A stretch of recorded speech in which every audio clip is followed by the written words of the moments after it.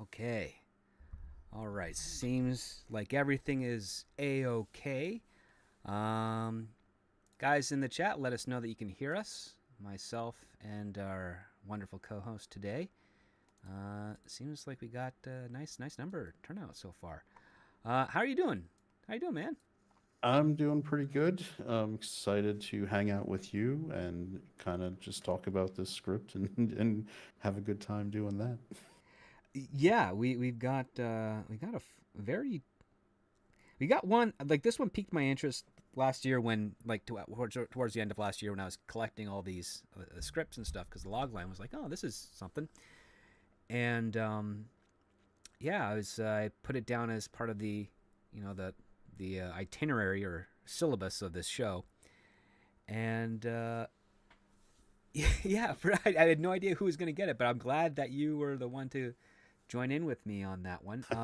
I don't know if that bodes well for me or not.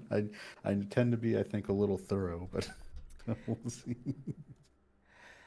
Maybe, yeah. I Perhaps. mean, I know the last one it won't be as god awful as the last one. When the last time I was on here, we were reading that Return to Sender Hmm. script, and that one was so bad. Yeah, didn't even have a good Elvis joke in there. So so yeah. All right. Well, with that being said, let's get started with the show. The audience has said that we're in. We're a little low. We can hear you, but a little quiet. I've got my stuff maxed out on my end, and I've balanced Chad out for me. Um, so all I Well, can looks like another person saying loud and clear, so loud what's and going clear. on? Okay. All right. Yeah, because our tests were balanced nicely. So we'll see. Well, we'll see how it's going on. I had recording issues. I was telling Chad beforehand, like the software was not letting me record properly. So doing the audio test was a pain in the butt. But we got it. We got it through. So Big yeah, tech. It's always blame big screwing tech things for up changing interfaces for no apparent reason other than hey, for no yeah, good reason. this thing that works, let's change that. That's I mean, that's why I never think that's why I'm very confident that AI will never take over because someone will just upgrade it to something that'll make it worse than it was prior. Yeah, Um, I love the idea Microsoft is the evil company that runs AI. Is like they can't even get the consecutive operating systems to work right. So we've got a little bit of time. yes, I think we're quite well. It's any other tech company. We can be worried about them later. Uh, with that, let's get into tonight's show. Welcome to Scripts on Saturdays, the only screenplay review show on the interwebs discussing scripts both professional and amateur, circulating around Hollywood, giving you, the TV and movie-going audience, a behind-the-scenes and inside track on what writers are pushing and what producers are buying. I am your host, the Script Doctor, and joining me this week is the awesome little Chad. Glad to have you back, sir. Oh, it's glad to be here. Glad it's always fun time hanging out with you guys. Chat, script. It's always just even when the scripts are bad, it's still a good time. I mean, that's the thing. Like one of the benefits I love about this show is not only are we able to discuss original screenplays, like these are not adaptations, or at least for the most part, we have yet to encounter an adaptation of anything. It's not a sequel. It's these are all essentially like the writer's ideas pitching forth what their skill set is, and some of them are good, and a lot of them are bad, and that is the normal metric of this industry. And I think I like that this show gets to expose a little bit more of that to an audience who, by and large, is justified in saying like, yeah, we don't want our remakes or reboots and sequels to all those things. But at the same time, when you see some of the original stuff, you're like, maybe a sequel would have been better than an original idea. So You sometimes these scripts have got me thinking that way. Is like if I was a studio head, I might turn around and just be like, let's throw down money for another Fast and Furious movie. right, It'll be exactly. fine. I mean, it's just measure mitigating your losses, so to speak. It's like, all right, well, how much do we want to throw behind this movie, and would it be worth it? Is the payoff the return? So we've got an interesting one today. We have a movie called Last Resort. It placed 37th on the 2023 blacklist with 11 votes. It's written by Laura Stoltz, and if you're unaware, as you should be, she's kind of an up and coming writer. She worked on the last two Ant-Man films as an assistant. So she's been in the Marvel sphere, in the Disney sphere of things. She's got her own short films. She's also a director as well. She's very, I would say, based on her credits, she's relatively green in the industry. So, brace yourselves. Uh, Lil Chad, share with us the log line of Last Resort, please. All right, here we go. When a grieving woman takes a trip to a posh Icelandic resort designed to assist its guests with ending their lives, she meets people who finally force her to accept the things she cannot explain. Yes. The Which makes synopsis. it sound like a horror movie. We were all hoping, weren't we? Yes. So Georgia is our main character. She's driven by the mystery as to why her fiance Ruby ended her life. Follows her path to an island resort that guides people across that threshold. As she explores the mystery and the grieving process, she befriends a man named Jared who helps her come to terms with herself and her relationship with her fiance before making the ultimate choice. Um, as you mentioned, it felt like it was going to be a horror movie or horror script, right, Chad? What were your initial thoughts after reading this screenplay? so my initial thoughts was this was perfect for circa 2002 independent film channel. It's it's basically kind of got that pretentious indie film vibe Mm-hmm. to it. And it's the kind of thing where you're like, yeah, I can after reading the script, the clearest picture I had was of the writer making it, not of the movie. Was just like, oh, this is like a probably around 40-ish wine mom type, maybe a nose, probably has a nose ring, goes to Starbucks every day. It's that was where the vivid picture came in, and I felt pretty confident after reading the script of who wrote it. I wasn't as clear about a lot of the elements of the story, but I could, if this was a movie that got made and was playing in Sundance around 2002 2003, I would have read that description and it would have felt perfect in there. Yeah. This definitely is a throwback to that period of indie film. Um, Lots of things about this script. It's a very introspective script of the main character of Georgia, who she's 30, she's British, she was a host of an NPR true crime murder mystery commentary show, and she has, I guess, left the show after learning that her fiance and the love of her life, Ruby, um, decided to go to this posh resort and end her life on her own terms. And Yeah, I guess it would probably be good to give maybe the audience some context because this resort basically it's a sandals for killing yourself. yes, all inclusive. Yep. It's all inclusive. You can eat and drink and do whatever you want. All excursions are even included, even 100% of them. And then after your 2 week visit, you you shuffle off the mortal coil.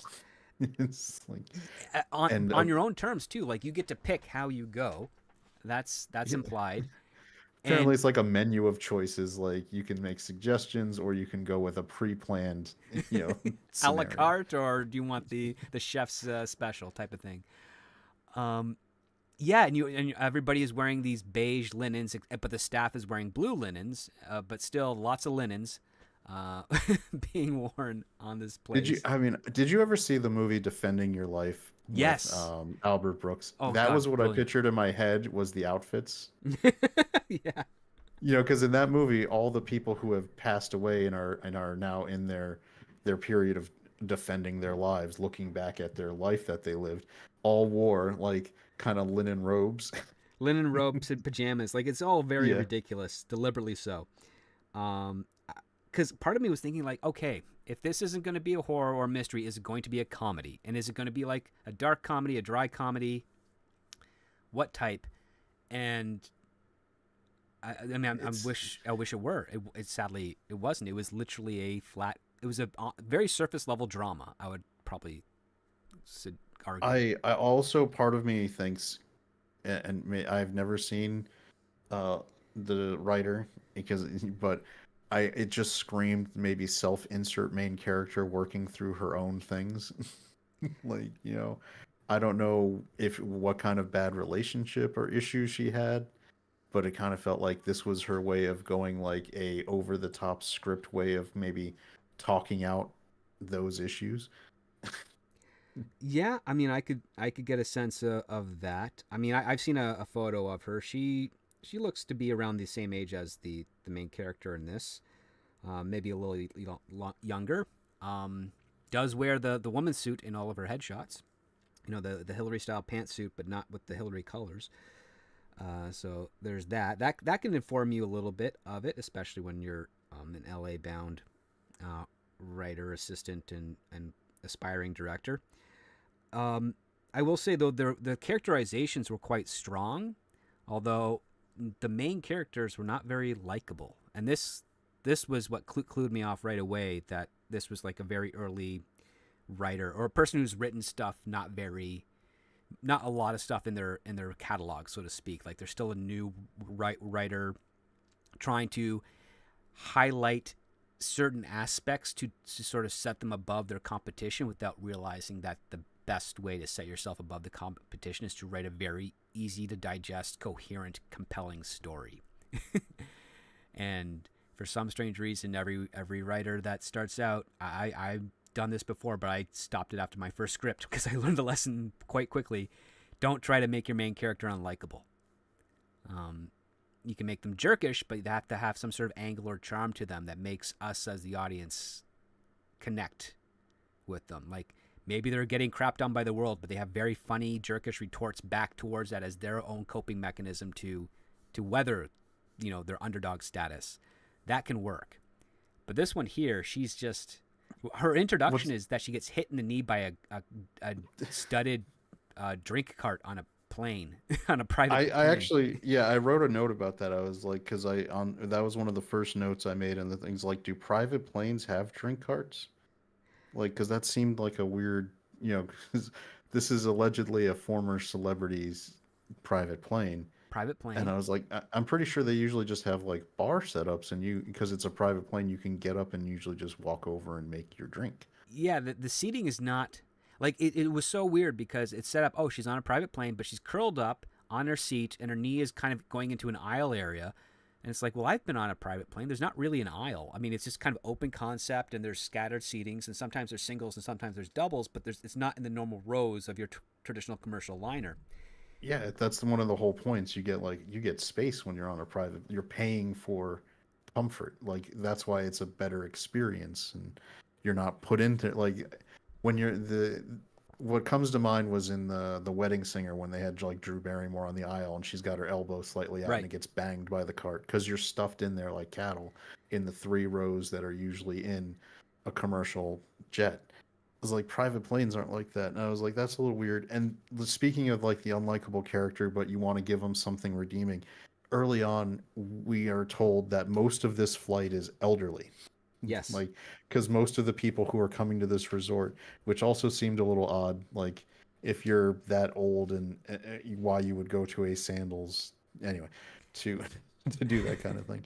The that was a good opportunity where if she's gonna be unlikable in other facets, you show her being nice to someone older, and it instantly gives you like a character redeeming point. Like check, Mm-hmm. you're if you show someone being nice to old people, animals, or kids, Yep. it makes you instantly get like points like, oh, you're really not that bad a person. Right. It's kind of like the saving the cat section of the characters' traits. They're empathetic. They're caring of others. They're not selfish. They're selfless to a degree, or leaning more towards the selfless and less to the selfish part.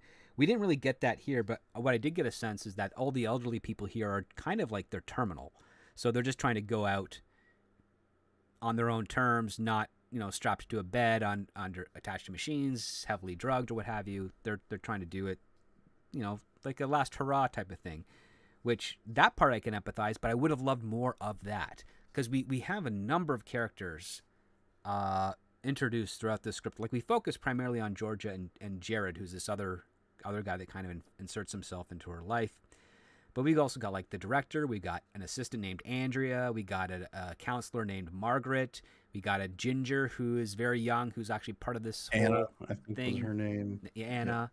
We've got Charlene, who's in her 60s. We got Betty, who's my favorite character. She's like a 50-year-old Yeah, she's the gardener. gardener. Yep. And then we've got Marvin, Gail, Kenneth, and then a few others peppered throughout. And it's like this is a, I mean, yeah, it's a character dense script, but I like the one thing the writer does really well is she does keep it very focused on Georgia, with Jared as your clear secondary. Like it's you don't forget these two characters with all the other ones being introduced, which I thought was nice because previous scripts we had a huge amount of characters and we're lucky to remember who the main character is, but all the other characters you kind of get confused or they bleed across each other in dialogue. Um, like going back a little bit also to the private jet, like even after she gets her knee banged up by the drink cart, we get introduced to Jared by him literally swinging his chair around 360 or 180 degrees to face Hmm. Georgia. And it's like if he has enough space to do that, how the heck is her knee getting banged by this drink cart? Yep. And that introduction, which are ostensibly going to be our two main characters for the rest of the movie, because meeting, I guess this is their version of the friendship meet cute. Mm-hmm. She's completely rude to him when he was checking on her after she got hurt.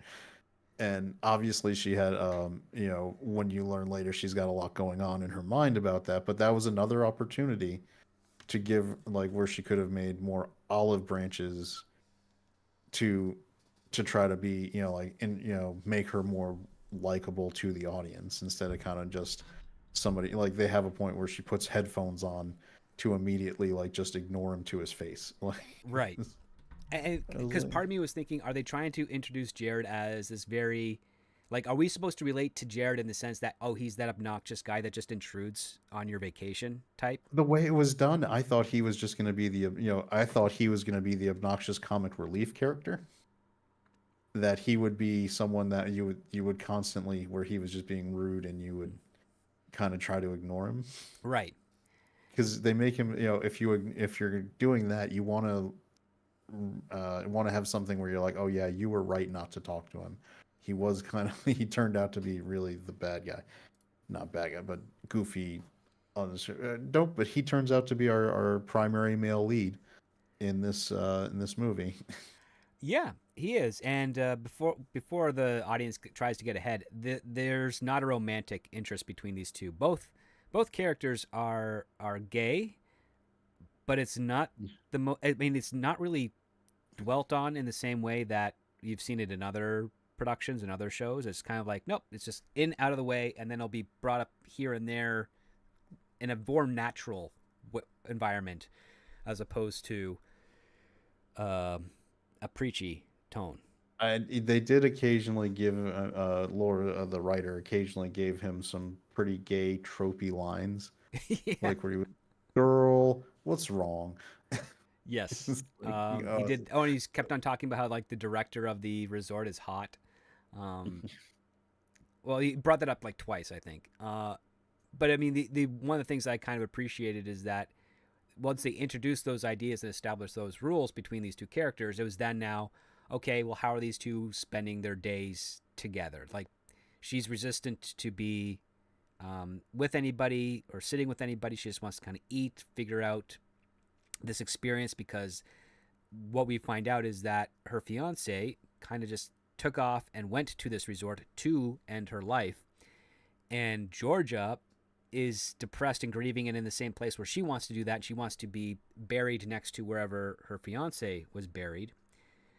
And but she also kind of wants to get some closure and find out, well, why did she do this? And she's kind of snooping around, but not really. She's just trying to figure out what the lay of the land is. And she has information about an orchard, like that's where Ruby was buried in the orchard. She wants to see it, and she's asking everybody like, "How do I see the orchard?" And they're telling her, "Oh, you got to wait a week, because the script says so." you know, Yeah, and and that's where like we talked about. I know I was initially like in the first bit of the script when you're reading this kind of thing. Part of me was like, okay, we're getting built up where this is going to be there's something nefarious, right? Like Mhm.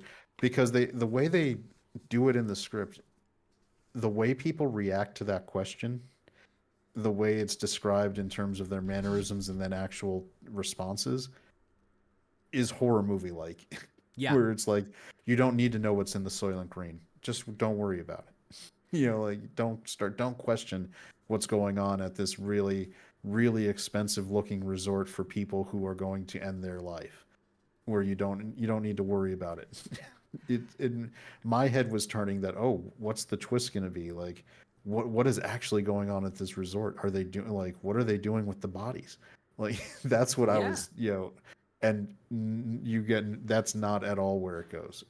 Yeah, is this going to be like the menu? Like that's what I was kind of wondering Yep. as I was reading this. It's like, okay, are we where Exactly. what's the Yep. That's twist? that's the perfect type thing where you think you're at a restaurant, but there's something off.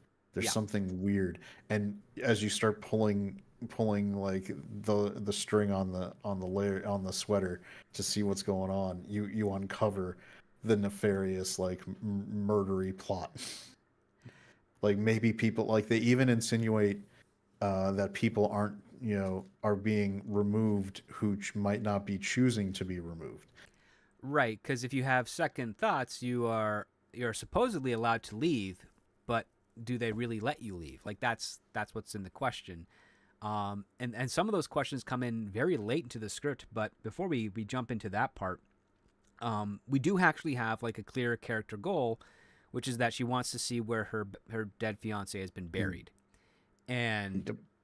and I'm like, okay, that's it's a good stepping stone goal because it's something we can kind of relate to. We get that you want that closure, that you want to have your last pay your last respects and whatnot. And so when she's told like she can't just wander around and find this orchard place or what have you, she decides, okay, well, how do I see the island in its entirety? And they're like, oh, we have a couple of options. You can take flying lessons or go skydiving. It's on the same plane, which means that you're there with another pilot, an experienced pilot, and they teach you how to fly. Well, a bunch of people decide to go skydiving out over top of the island, and then the other option is that you can take a hot air balloon ride, and and she decides, okay, we'll do the hot air balloon. And as she's learning about this, Jared is kind of saying, oh, I kind of want to do that, but we also learn from Jared that he's terrified of flying in heights, so he shouldn't want to do this, but there's whatever it is that motivates Jared for wanting to tag along or at least get the invite from Georgia. He still goes with it, and then we get his attempt at being a comedic foil in the scene where he's literally clinging to the bottom of the inside of the gondola of the hot air balloon, and Hmm. and there's like the old lady. I think it's Gail Gail, with the smoker's Gail. voice. It was Yeah, just Gail is our magic old lady who's always at the right time at the right spot to somehow be involved with all the other stuff that's happening. right. Like, Like she just has her ear to every door, every wall. She knows what's going on, which is really. I mean, I thought that could have been played up a little better because I think we only get like two or three instances of her at best, and she feels more like a um, running gag that you kind of have to pepper a bit more frequently throughout. Um, I swear, like somehow Gail magically knows the inner workings of this resort. It's like mhm. there's no real good explanation in the script, at least, for why that is the case. She's she's the magic exposition dump. So- Yeah, like she knows some of the staffers' names and what they like, and yeah, it's implied that she's spent more time here than others, but she was on the very plane that everybody else arrived with, which brings me back to one thing that we skipped over, but I thought was kind of fascinating is we get introduced to a character named Marvin, and he steps off the plane. The first thing he says is, I'd like to get this done now, please." Like he doesn't, expedite things. yeah, he doesn't Yeah. want the resort or anything. He just wants to go, and they're just like, yeah, I think we can make that arranged and make that arrangement." And then he's gone, and he's done. It's like that is weird, and I was To hoping there'd be quote a payoff for that. Yeah, to quote somebody in the chat, I think that guy requested the Canadian healthcare special, which is, they promptly, as soon as he asked for it, they take out their little handheld radio, call someone, and he just gets walked away. Yep. It's like, oh, we can do that for you. Oh yeah, I mean that's if you're in Quebec or British Columbia, that is gonna be that's your scapegoat right there. And there, again, to the way the script was written to almost be more horror movie like. As they're doing that initial tour, they get off the plane, hmm they get taken to the resort, they get introduced to the director who gives his little backstory speech, and the director's assistant who is going to give them a tour of the facility. And as they're doing the tour of the facility, people keep dropping off. Like we get the Yes. immediate one who wants to be just taken out right then and there. And then as they're going to each segment of this thing, the way the script is describing it is again, it's even they don't show people leaving because they're seeing things they want to do. It's just each progressive place they cut to with the assistant talking, they're described as having less people with them. Yes, and And it's which so is a which creepy. is a yeah which is a way, if you were trying to build tension, even though it might be completely safe to do it, you're going to subconsciously get people to start thinking the numbers are dwindling, something's happening. It's a subconscious cue, and it's described to lean into that in the script, which again built my thoughts up that we were going a whole different direction with it, because the first quarter of the script leans into it, and then it's just nope, not that. Yeah, which is, I mean, it was all.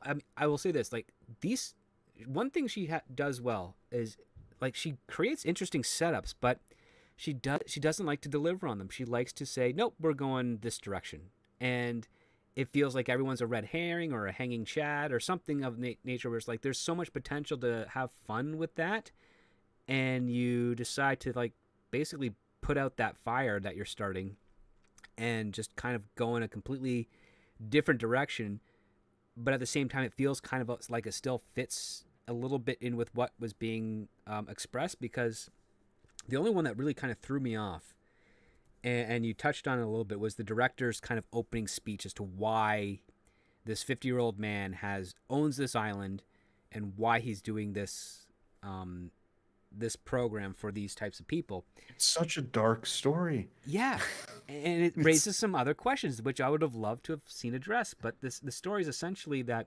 excuse me, his parents uh, were like they were happy with each other, but they were unsatisfied with the regular system of life, so to speak. And they decided that his parents decided that they would leap over a modest high cliff to their demise, but unfortunately they didn't pass away instantly. And he glosses over how he knows that they didn't die instantly. But at the uh, same time, he says he was there to pick up their bodies from where they did that. And it was yes, just like, there's so much dark stuff going on in that speech that it's just like, what is going it's on? like I'm really hoping that this guy has literally just done this to kind of like, it would be so much more interesting if he's this Mhm. evil conniving guy that does this whole crossing over resort thing, and instead of all of your effects going to your descendants or to your next of kin, he takes it all, because he even says we have a legal team here that will make sure all your effects and all your estate is in order when and taken care of once you're gone. And I'm like, well, that's convenient, but also I can't. How can you trust that, right? And this guy's got this huge, elaborate, beautiful island with little pockets of it that are replicas of other parts of the world. It's Epcot. Yeah, It's basically it's it's it's like Epcot for self deletion. yes, You and you get I'm to drink around the world, which they do in this script several times. unfortunately there's even a love canal, I think. Yes, Yeah. um, but it's Oh, just I did find, because I pulled up the script and I scrolled to it because I the message, it's not just the how the parents ended things. The reasons for them ending it is so nonchalant. It's not mhm, that they were sick. It's not that they weren't earning a living. It's that he specifically was just like they just didn't like the way the world worked. right. This is such a terrible message It really it's that a big giving up. It's like yeah, he took somebody, he took his parents' example, right? These were parents who worked hard and just didn't like the fact that the world was set up where you had to work to take care of your family, and so they tried to end things, And so he takes that and decides, I'm going to open a resort for everybody for any reason can just come and end their life. No Yeah, questions asked. he's literally made a profit off of his own parents' demise, Yeah. um, which is sick. And I was like, and I'm thinking this is a good premise for a villain in your movie if you're going to do something, because again, what is Georgia's profession? Well, she's an investigative reporter that has an NPR show that deals with murder mysteries. They threw that stuff out there, and that's why everybody. I was like, I was so glad when you said you kind of felt you got the same impression. I was like, maybe I'm just not sophisticated enough that I got thrown off reading this script because they make her an investigative reporter. They give her like her relationship was the way it was described, where she was engaged and she does nothing but describe her fiance as happy and healthy, Mm-hmm. and then the fiance is just gone, and she goes to the resort and you get the evil speech is like, and then you start getting characters dropping nefarious dialogue about conspiracy, like it's all a lie and that kind of stuff. Mm-hmm. You're like, this is gonna be a classic, you know, not what it seems facility that's got something bad going on, and it's not. It's more just introspective, um, out, like script about the whole. And it was that's when it twisted to that, and you got the answers. It was so deeply unsatisfying from the expectation. It even, even if it had been pulled off pretty well, I think it just leaves a bitter taste because we've talked, I think, in our sphere of YouTube a lot about subverting expectations, Mm-hmm. good ways and bad ways, and usually you subvert it in a way that kind of gives you more of what you were expecting, is what I would always think. Like, Well, yeah, you do the surprise, right? Because the surprise yep, is like, oh, we've done this setup. It goes into a different direction, and you're surprised. But once you know come down from the surprise, you see how it all connects. The subversion is kind of more of the demoralizing the setups and yep, taking advantage of your suspension of disbelief and trying to make you regret having that suspension of disbelief. Like that's kind of like the evil tactic of it. Every great story is like, we're going to set you up some stuff. We're going to put some distractions in here. And we're going to, when we give you the reveal, you're going to have that oh crap moment. And ideally, you're going to have a sense of wonderment and joy and excitement or fear. And once it all settles down, you're like, it all makes sense. I understand how it did. Oh, I know what they did. They it's like when they destroy Alderaan in Star Wars. You're like, I can't believe they did it, but holy crap, they're powerful. I'm like, they set it up. And you thought that she was not going to do it because she gave them the location, and it's like, yeah, we're going to blow it up anyways. I mean, you get so many aspects of it there, and here in this situation, it's like, well, you got this compound in the middle of nowhere. Like the logline says, it's in Iceland, but we're never really conveyed that in the script itself. So that's one strike against the writer for forgetting that important piece. But it's a compound that operates like a cult. And if you've ever seen some of those like classic procedurals where, you know, the main characters being talked to by a family member, it's like, yes, our son or daughter, they fell into a bad crowd and now they're, they've disappeared and we think they've joined a cult. And then the investigator goes to the cult and it's basically people are wearing linens.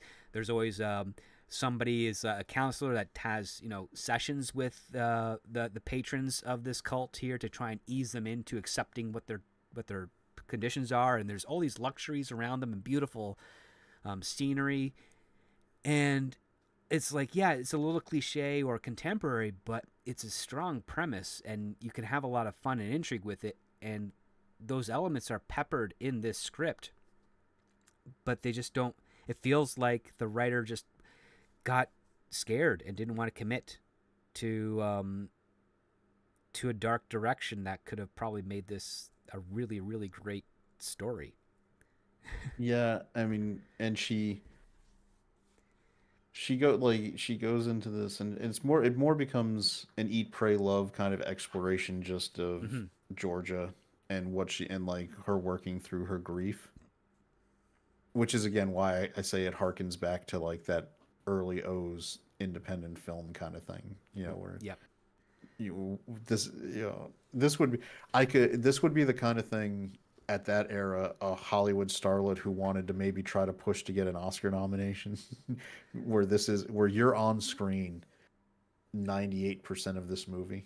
Yeah. it would be a vehicle for you to really display you, because and you've got wild swings of emotion Hmm. that you have to portray. This would be early O's Julia Roberts wants an Oscar nomination kind of thing. Or Julia Roberts might be a little bit too old, but maybe like a Katherine Heigl, Oh yeah, yeah, that would have been, yeah, because exactly. she's got a reputation of being kind of snooty, stuck up, of that nature. I'm like, well, this kind of would fit her. She'd be the right age. Oh, She'd be in the right heat. Anne Hathaway. Anne Hathaway, totally. Yep.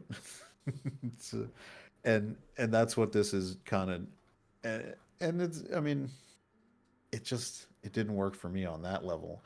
I was more excited the first quarter when I was trying to figure out what that mystery was going to be. Right. Me too. Because I mean, when we get into the hot air balloon scene, and Jared is saying all these things about like, if oh my god, if we fart, does this hot air balloon explode? I'm like, that's the joke you're gonna go with, okay. But she's like saying, "Where's the orchard?" And then the guy that's operating the hot air balloon is just kind of gesturing like it's all around. And she's just like, "Do you not speak English? Like, what's going on here?" And he's just Yeah, like, that was the interesting thing. Like the everybody who worked for the resort, the way they just basically brushed off any question about that, the way they described it in the script was like, where yeah, the hot air balloon guy is like, and when he's like, "Where's the orchard?" Is like, "Can't you see? It is everywhere below us." It's just like, what does that mean? yeah, like that's not an answer. And when they first introduced the counselors, because at this resort you have to speak to a counselor. You're there for 2 weeks, and Mhm. you have to talk to a counselor every other day. And you're when they're doing the tour, the counselor that is Georgia's counselor, comes right out right as they're giving the tour, knows Georgia by name Right. already. Hmm. And the assistant who's giving the tour makes a point of saying she scares me, and like, and the counselor comes out and be like, no, no, we're not, then now's not time to talk about these things. it's it was like I could picture was it Nurse Ratchet from Yes. like from One Flew Over the Cuckoo's Nest, because she's basically shutting down any questions. Like, no, no, you don't talk about these things right now. Move on, just have fun. Really, and the thing is, like, it reminds me also a little bit of. It's got a little bit of a fairy tale aspect because there's no money on this island. You've already paid your flat rate, um, and you can go to any store, any shop, like an Epcot. You can order whatever you want, indulge yourself, and there's no consequences. So it's a pretty sweet setup. But it all feels like, okay, well, if they're letting them all do this stuff, what's gonna happen next? Like, when is the hammer going to fall, right? And where's the hook on that? And we don't get anything of that, because after the orchard scene and she finds out that's frustrated, she's now just in a point of depression and getting drunk. And then we spend a good section of Act Two with Jared and why he's here, and we get a couple of hints, especially when I think it's Charlene Yeah, shows the up. one who and says it's good to see you again. Yeah, and you're like, wait a minute, again? What do you mean again? Like, he's been here before, and we find out, yeah, that's kind of what's going on. He's made multiple attempts to try and cross that threshold, end his life, and he can't anytime. But we don't know that yet. Yeah, but That yeah, was another interesting thing. When we first meet Charlene, she says it's good to see you again, and they have a conversation about them having known each other from being at the resort before. mm-hmm, But they don't bring up that at that time, they don't mention at all that they chickened out from ending things. right. Again, it adds an element of, maybe is there tourism where this resort also lets wealthy people come in here and just kind of participate with the people who are self-deleting, Well, to I was kind of also just, thinking, like, is this the most dangerous game? Like, the wealthy people come in and be yeah, like, "Hey, go through the orchard," and then all of a sudden you hear a buckshot, and then you're just like, exactly, "Run!" yeah, yeah. Yeah, or like Fight Club when he was doing the self-help group tourism Right. to just feel better about himself. It was like, if you're a wealthy person and you want to kind of get your pep back in your step, go to this resort and see how much worse things could be. Yeah. Like, so And so that again, that was building towards a layer of what is going on. Like, why are there people who are coming here multiple times? Because Charlene says, "I'll see you again next time." Like when we're basically like when we come back around. Like, Yeah. why would they talk about that? And we also, at that point, we'd also been introduced to Anna, who has a very small and what turns out to be inconsequential part. Yes, But because at the she's a week time when you're, ahead of everybody. Like she came a yeah, week early. but when you first meet her, it seems like she's gonna be very consequential. Yeah, because she's also like in her early 20s, so you're like, why is this person so young here? And the one thing that kind of made me disappointed is that we didn't get a sense of, oh, well, Anna, is it depression or does she have something terminal? Like, give us something juicy to latch onto so that we can empathize a bit more. Because if it's depression, then we as the audience are going to be like, is there anything that our main character is going to do to kind of convince her to get over that or get through that so that she could live the rest of her life because she's in her prime years? Or if it is it terminal, it's like, well, how can you empathize? How can you um you know let her kind of experience everything that she wanted to experience before the whatever terminal illness she's has that she has to face off against or succumb to. We don't get any of that type of stuff. It's all vague, and there's a number of vagaries in this script. In fact, like even some of the descriptions of various parts of Paris, it's like it's Rue de Paris or something. It's like I don't like this thing that writers have been doing recently where they they ignore the specifics, like the important specifics. Like if you're going to say, oh, it's a recreation of this street in Paris, tell us what the street is and how much of a recreation it is, what level of detail it is, because that tells us that it's important. But if you just say, oh, it's a recreation of Paris and it's not really that important, then why does it have to be Paris? Why do they have to recreate it? Like, give me the reason and justification as to bringing in this idea, especially when they had like the Japan, Little Italy, all those little areas. It's like, okay, set us up for something so that we understand why this has to look as authentic as possible, and what the intention is behind it from the resort's point of view, and how will this play into our characters' interactions with it. Because we learn that Jared doesn't really go anywhere other than from the United States, where he was in the United States, to this island. And he's done this a couple of times. We're not sure how many times, but he's done it enough to the point where he's kind of familiar with a lot of stuff.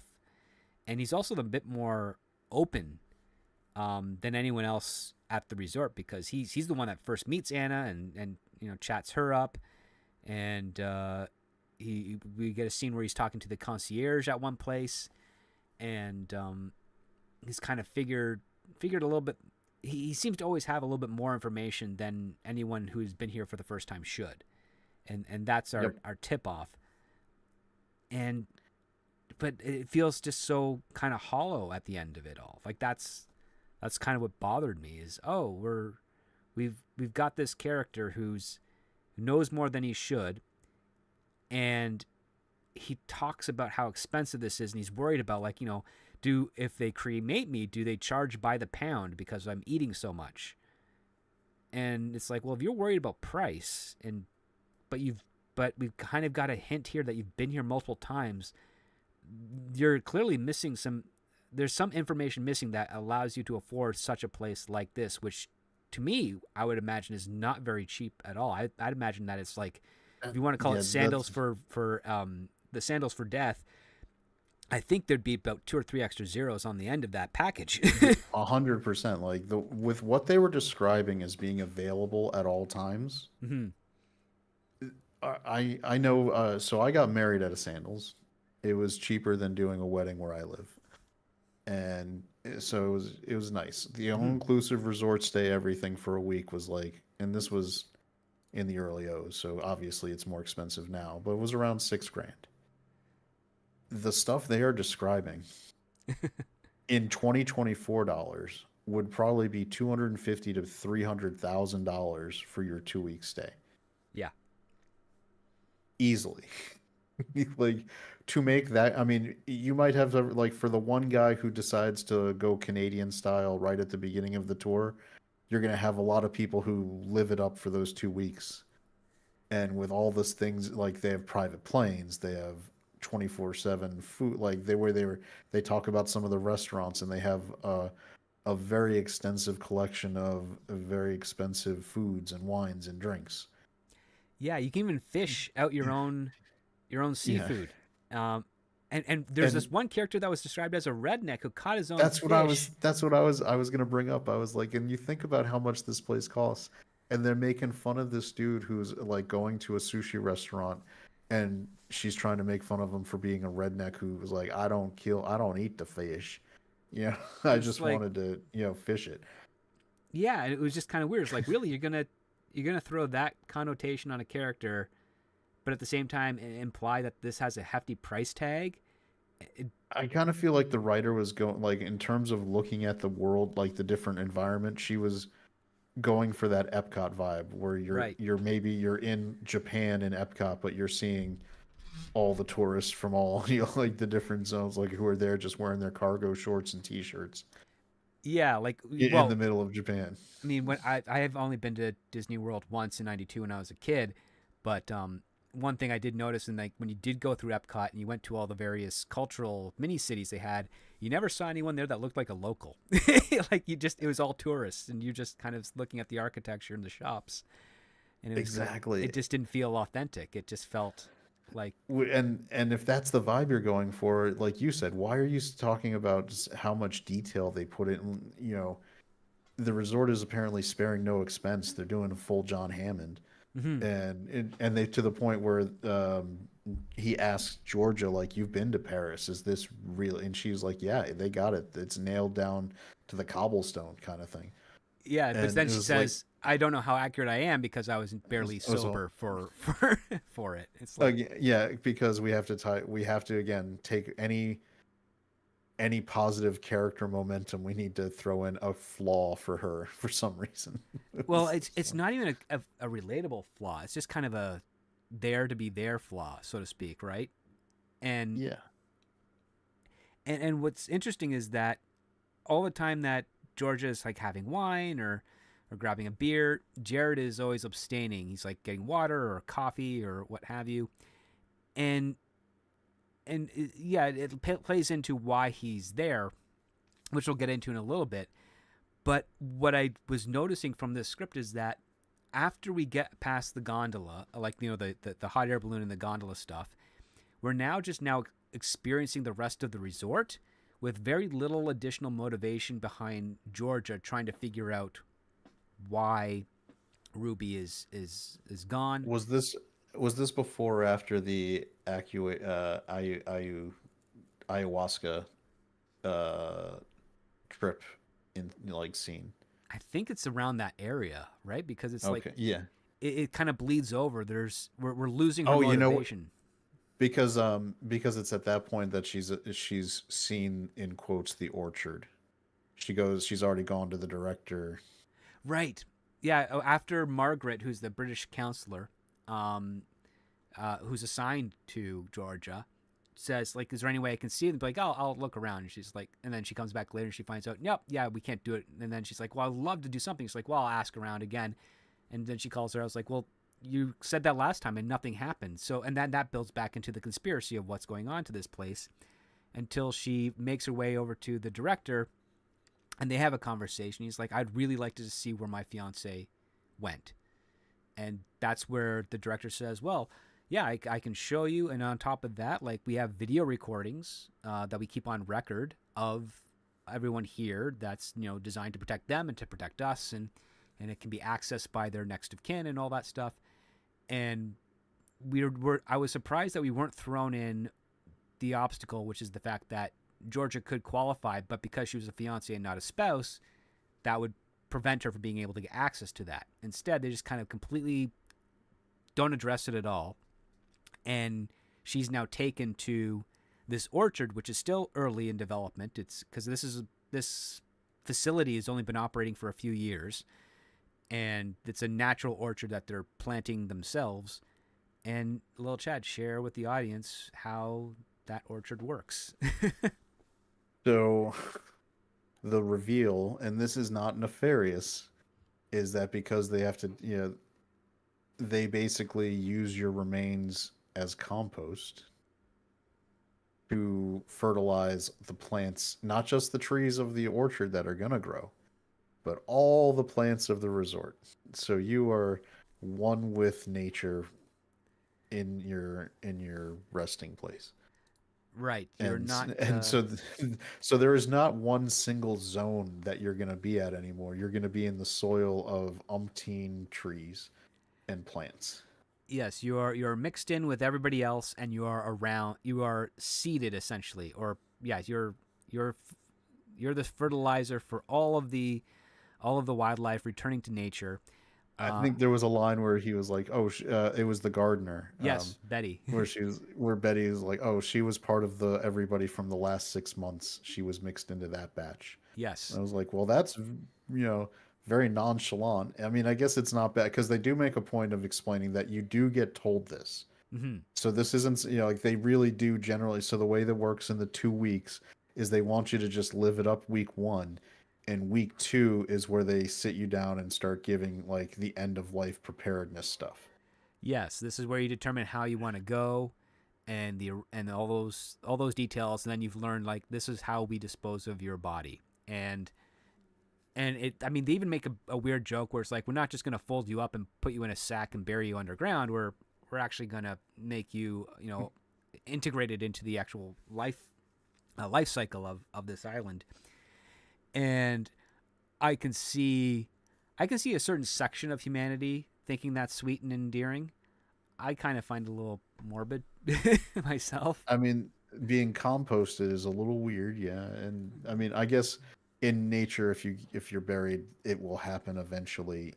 But I don't Mm-hmm. need to actively be put into effectively a mass compost Yeah, situation. it's like, But on oh, the it'll other happen in hand, 10,000 years, but it's like, well, now it's going to happen in 10,000 seconds. yeah, it does recontextualize the hot air balloonist where he was like, "It's everywhere," and now you're like, okay, Yeah, he was being straightforward in answering, but it wasn't. She wasn't prepared with the information to understand it. exactly. And I thought that was, I mean, it also leads into the whole Riki Namaste Zen stuff, which the director brings in as well. And I'm like, okay, so yeah, it's very pretentious, it's very superficial spiritual stuff. I get it. Uh, but you're not doing anything with it. At least in my opinion. Like I was reading this, I'm like, okay, you have that, but what are you doing with it? It's like nothing really. So now that Georgia knows all this, and she's talking with Margaret, and Margaret apparently is no, not Margaret, sorry, Betty. Betty apparently would talk to Ruby almost every day for the 2 weeks that she was there, Yep, and because apparently Ruby loved plants. We find that out, yep, and this leads into the transition where the script transitions from Ruby Mystery Number One to Ruby Mystery Number Two as the motivation. Mystery One was where's she buried? I want to see her. And now it transitions full to why did Ruby do what she did? right, and that's what drives Georgia for the rest of the point. And even though after she starts to come to terms with the fact that she's part of the soil, she and Jared decide to like go on like a pub crawl of sorts. Um, Which was crazy. Like, yeah, we got a script describing a montage straight out of Naked Gun where they're drinking and dual puking yep. and where they get to the like you said where there was a love like a old tunnel of love kind of boat ride And they decide and not they to go make on it, and they and start they make a puking. joke where like the way the script kind of describes the shot was basically like they look at each other like I'm gay, you're gay, ew, and it's just like this is really tonally wrong for what we're dealing with in this movie. Yeah, It's there was even like, a point where they decided to like sing a parody to Rock Lobster yeah, over the I don't. phone to each other. It was this movie I mean, look, I like good dark comedy. That's fine. But what dark comedy usually isn't is doing like over the top goofy stuff like that on purpose. Right. Dark comedy is usually like, oh my god, the situation's so dark, someone says something that in the context of the movie may seem rational, but to you as the audience, you're laughing, ha ha ha. Yes. But this is not dark comedy. This is just tonally schizophrenic. Like that one, that whole entire sequence didn't fit, and it actually makes me feel less. It made me think Jared and Georgia were even less likable.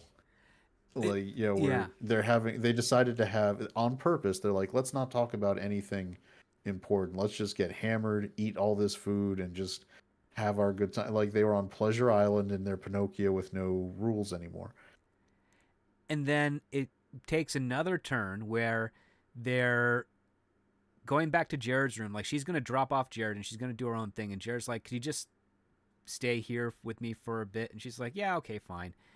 And then we learn why Jared is here, and that's because he used to be a programmer. He was in the closet, and he thought after finding out that one of his grandparents had a second family secretly somewhere else, he could come out to his family as being gay, and they would be okay with it. But apparently, they weren't. They found the second family to be less egregious than him being gay. So he leaves home, goes to San Francisco, becomes a programmer, and through a misunderstanding between him and I guess his boss at the time, His female boss, his who female apparently, if somehow in San Francisco with a man who says things like, "Girl, what's going on with you?" She was like, "Oh, he's a heterosexual male." So, yeah, so she for some reason, through Jared's perspective, he believes that his female boss, who wanted to work closely with him together on the next project, was also romantically interested in him, and he apparently said "ew," which offended her, caused a controversy. He, having already had a few drinks because of a celebration, got into his car, upset, and accidentally killed a child while driving away. And there's a little bit of a commentary on the legal system of San Francisco, which I thought was kind of on point. Is he had no previous record. It was considered an accident. He was let off without any jail time or punishment, and Jared feels horrible guilt because of that, and he can't live with that pain, and that's which, why he's here. which, in if this movie had been written in the early O's, like we talked about, that's one place where I see it going different. Mm-hmm. That's where the gay best friend character would have been redeemed by his friendship to seek, a better path. Right.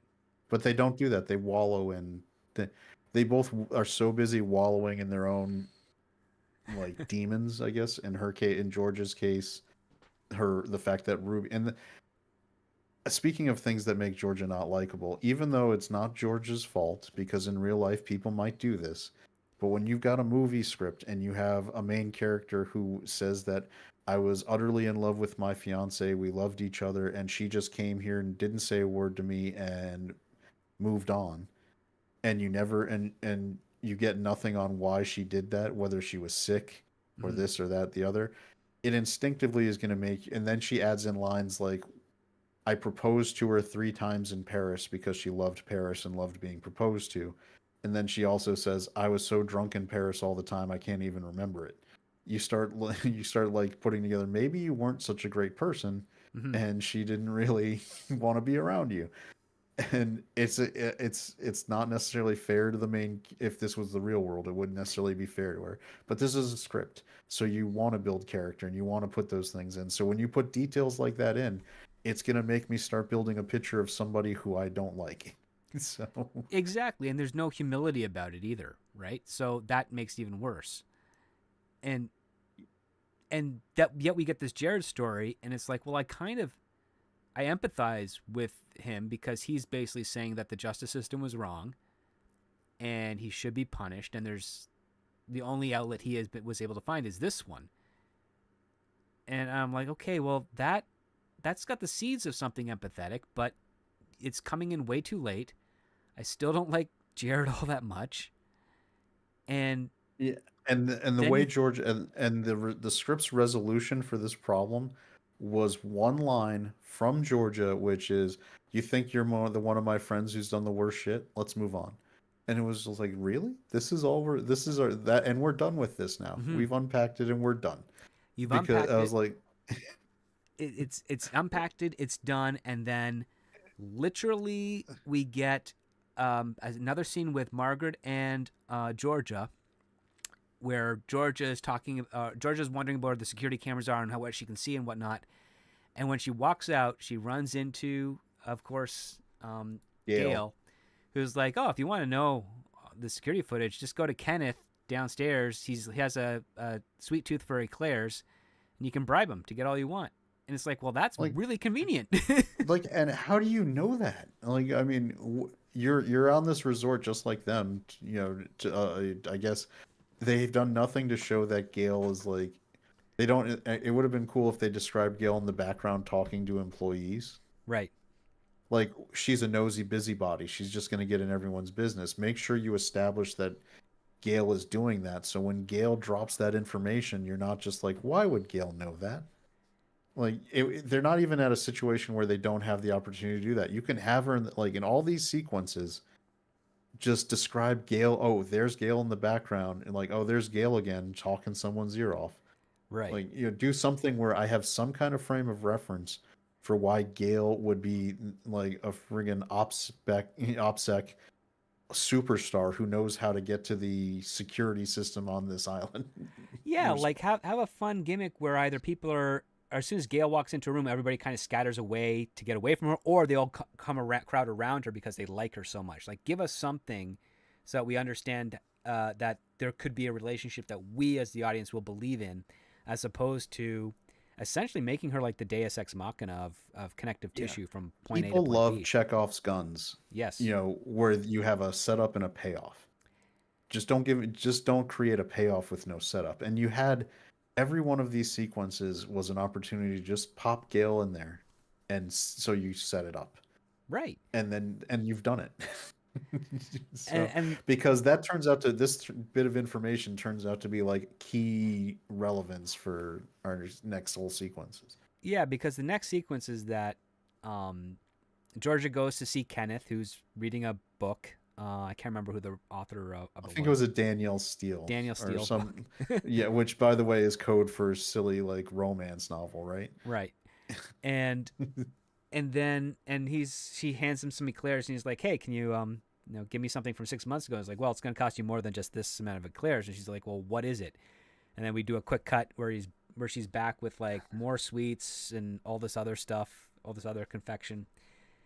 And yeah, so they're watching security footage of Ruby where she's interacting with Betty and other people, and then she sees Jared is there. And of course, she makes the thing. Can you zoom onto that? And Kenneth's like, no, because a lot of security systems don't allow you to do that. But there's no audio also, so it's just video footage. Yeah, and this is where you're like, because they did set it up and pay it off. Where Betty, the gardener, had said Ruby like came in every day. Right. And so that was a good example of laying the seed in, no pun intended, laying the seed down so that you could have it grow later and sprout. So she knew where to look for Ruby when Ruby was there. Like, hey, I knew she went to the garden every day. Yes. So, and yeah, then when we see Ruby was there, and there was multiple days of her going there with Jared. Yeah, and it's like. And she's like not 100% sure it's Jared, but she's pretty convinced. And then we get the next section, which is going to the archive, where Georgia gets this idea to intimidate Andrea, the 22-year-old assistant, into letting them into the archive so that they could see her file so that she could bring it to their next session. And it's not a cleverly done scene at all. Because she just goes in there and says, "This is what Margaret wants," and then Andrea's like, "Well, that doesn't sound like Margaret." And she says, "Well, she told me to tell you that she's going to fire you if you don't do it." And she's like, "Well, that sounds like Margaret." I'm like, that's a very low-hanging fruit exchange. Like, can I also just say, from logistics get in my head. Mm-hmm. This is a resort where they spared no expense to recreate every facet of all these international destinations. You have all these things you can do, and we're going to believe that they actually still have old files with paper in them. Yeah. Which is the craziest thing. Hard copies are important, but the thing is, hard copies are done. Like when I was in publishing, we'd see some of the advanced. We'd get like we do all our digital stuff, but we also make backup hard copies, but we do that every quarter. So you'd be running the printers for about 2 weeks nonstop of everything, multiple copies of all our hard copies. Then they just archive them, but it was done on a quarterly basis. And then you do an inventory on that and make sure what you need and what you don't. And other companies that we worked with also did this as well, but they weren't always quarter. Sometimes it was just annually. Well, And I can tell you from I managed healthcare practices yeah, in my career and fairly recently, and they all do something called electronic health records. right. You don't do anything in paper anymore. That's why you sign a digital pad, and you might get a printout as the patient leaving, but nothing is printed and stored in in a modern office that is like if you still do printed paper, you've got an older doctor who's close to retirement who just doesn't want to spend the money to upgrade. You know, like Yeah. anything like hospitals are like if you're a hospital in the US, and I would imagine the Canadian healthcare system similar, you are actually required if you take government insurance programs to have a fully electronic system, no paper. Well, we have two. You can have a paper one, because again, one of the things that's interesting, a lot of the doctors go through the provincial insurance program as well, so they don't have to do all their own paperwork like the way they do in the United States. That's actually kind of taken care of. It's done electronically, but you can also get printouts. And the other part too is even with the digital files that they have and the physical printouts, they do move those around. Like even when I go to see my doctor today, he's got a physical file that like chart, everything, paper, all that stuff, but he's also got a digital one that he enters at the same time. So it's all done in the case of, oh, if there's ever either a compromise of security, we've at least got the hard copy to refer to. It's always a backup. And it's kind of, I mean, it feels antiquated in one regard, but at the same time, like if you go in and your computer is down and they need to like do stuff and sign off on stuff, they still have the resources to do it, and it can all be followed up with and checked. And when the system is back up, you then update accordingly. It's really kind of like basic stuff that at least in the province of Ontario, that's how it's done. I don't know where it is on other provinces because they're all slightly different. It's not national over here. Just how it isn't entirely national in the United States. But yeah, like so. I mean, I can understand a resort would have a physical copy if they're on an island, isolated, essentially. You know, if there's a heavy storm, they could actually do something with that. But to your point, it's like there'd always be a digital thing too that they'd probably want to volunteer first. It's like, oh, well, if she comes in there and she's like, I want my file, I have to get my files to give to Margaret, then Andrew should be, I'll just email it to her. You know, because See, that's this is where I'll disagree. I think they would just have maybe backup drives, yeah, but they probably. wouldn't like that's what all we did. We just did backup digital drives that we would have ones that we would take home every night, and we would do offsite backup too. So I believed in triple redundancy, right? So I had my Mhm. server in the office, I had my digital offsite backup that was automatic, and then we did a digital tape backup that was taken and rotated out each day of the week. So I would say that I don't even think there would be paper. I mean, this is supposed to be like a resort only built a few years ago. From the ground up, it would have been built to be completely digital. They would have digital records, and it was weird. It threw me off when they're like going, "Let me get the key for the filing cabinet for your file." Like so. Yeah. Well, I mean, it again. It's we also don't know the nationality of this place either, right? So if it's American resort, I could totally see it being 100% digital because there's a lot of investment on it. Um, the writer just did not qualify. Why? And the other part too, no additional obstacles. Like to your point, if it was digital, if they had digital access, it'd be like, well, yeah, I'll just send her. I'll send her an email of the files for her, like so she doesn't have to go into any sort of physical office and pull anything or Yeah. physically So hand anything. Like, give us some yeah, harder obstacles for Georgia to go through. And the writer wanted the scene because I understand from dramatic setup standpoint, mhm, it's much better from a framed scene like on the screen to have someone like pull out a physical file, look at it, and have a reaction right, than it is to like click, let me decrypt, let me do like it's not as it doesn't give you the satisfaction like of the aha moment like that we and that this was for. And so I think she worked backwards from what she wanted the outcome of that scene to be for the aha, and structured it to get that. She did, Which because the aha moment was the fact that Jared had a pretty thick file. which was it Andrea, right? Yeah. The assistant was like, "How many times have you been here?" It was like, which was the exact wrong thing to say to not trip the Scooby sense for Georgia. Yeah, because it just now it that information plus Georgia's knowledge of suspecting Jared was talking to Ruby, that completes that portion of the puzzle, and now she's freaked out over Jared, and she's trying to now get further answers. Like, how many times have you been here? What have you been doing? You knew my fiance and you didn't say anything, and we get that kind of dramatic conflict where he's like, well, I didn't realize it was you until so further in, and then when I did, it's like, how do I say that? And then the whole hating each other stuff, and it just kind of felt like a mess at this point, Yeah. right? And we also get I don't if it was in that conversation or the subsequent one where when she's asking like, what did Ruby say about me, and Jared had to basically be like, she didn't even bring you up once. Yeah, which is kind of And painful. which is daggers, man. That's daggers. If this was your soulmate, because she described her earlier in the script as her soulmate, Mhm.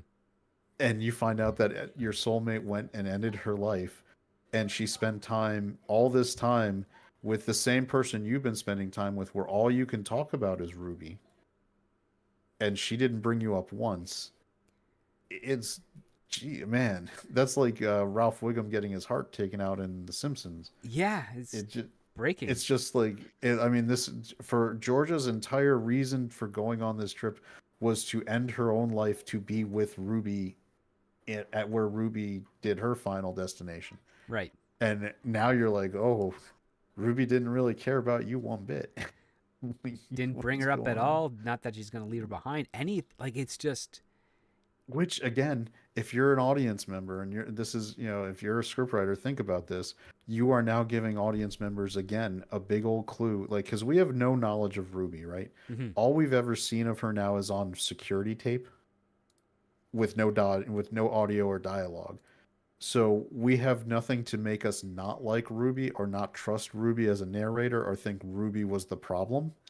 And we're being told that Ruby just didn't even like Georgia really that much. And so we're left to start to maybe think maybe we don't like Georgia that much.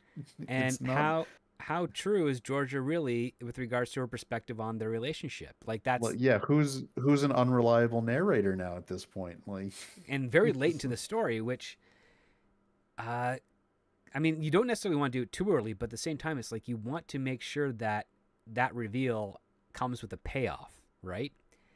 And it doesn't. All we get is that there's a great deal of ambiguity behind why Ruby did what she did, that she does not share with Georgia.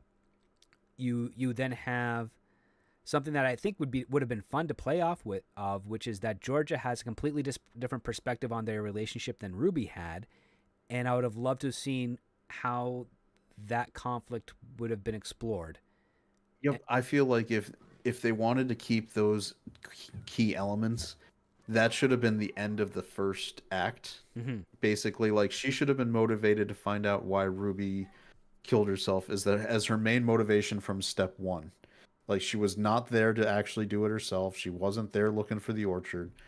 She's there looking for why Ruby did what she did. That's and by the reveal at the end of the first act is that Jared had been there before and Jared knew Ruby and they hadn't talked to about her. And then the second act, the middle act is her working through that to lead to the resolution in the third act where she can hopefully, learn and grow and move on from it. I mean, Yeah, that's how you because all this other stuff turned out to be superfluous, like it all our really red was. herrings, all these other things. Like if our key dramatic moment now is finding out Jared had been there before and knew Ruby, and so it's still all about Ruby and George's relationship. So all the other stuff is just extraneous and didn't need to be there. So you get rid of that and move all that stuff back up to act. That should all have been handled in Act One to set up the middle act of working through that as the conflict. Pretty much, because this is like it's there's elements in here that make this a quest for closure, and Yep. you have your mysteries that are set up, and just basically you're trying to go through what were the last couple of what were her last moments of life that led to her to this decision from Ruby, and it never it never comes to be. And I think this is where the heady space of the writer gets into it, where it's like, well, sometimes you just have to write a story that just doesn't have an answer. And I'm like, that's good for life, but that's not great for the entertainment value of story, because it's not so much about not having the answer. It's about, well, what type of answer can you come to that can leave you in a good position to understand that life has a certain level of mystery to it that we may never know, and how do we come to terms with that? In this case here, we do get, because now we're getting into closer to spoiler territory, so I'll just kind of cut it off at that point here with this last little twist, which is that Jared, using his tech savviness, manages to get the Ruby's sessions with Margaret on a thumb drive and hand them over to. Which, by the way, were digitized and available on a computer system, not a file cabinet. Exactly. And you know what's funny is that on page 82, when Jared talks about in software, I'm like, this is where Jared's going to reveal that he was involved in some sort of security program that this island uses, and that's how he knows about the island and all this stuff. It also would say, like, hey, if we're going to establish why he can keep going there, maybe he goes there, does a little bit of work while he's there on their IT systems to help offset his cost, so that it can justify how this man can continually go to. I mean, it's because like, it still doesn't make sense how he could have that much money to be going there that often. Yeah, like and the thing is, he's not going to be able to qualify for a loan when they find out, like, where are you spending it? Oh, at this resort where you go to end your life. It's like, yeah, you're not coming back to pay that. He's like Steve Buscemi from Armageddon. I just got like 500 grand from a loan shark because I knew I was on a one-way ticket. Yeah.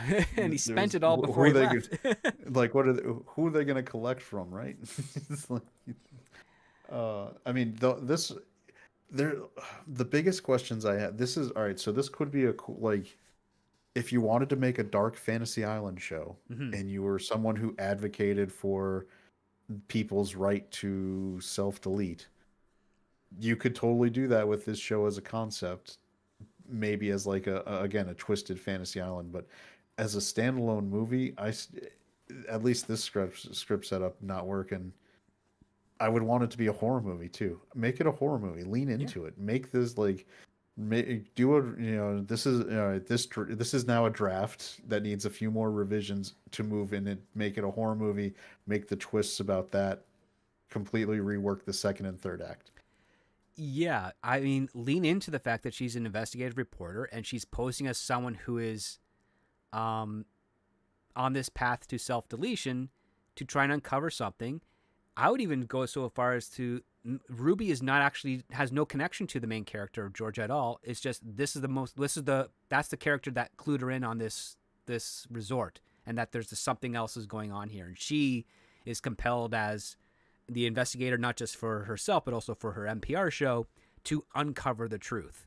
And like the twist could be that one of Ruby's family members brought the story to her, and she's posing as Ruby's former fiance to justify the questions she's going to be asking, because that way it's not a family, like, because the family couldn't get any answers.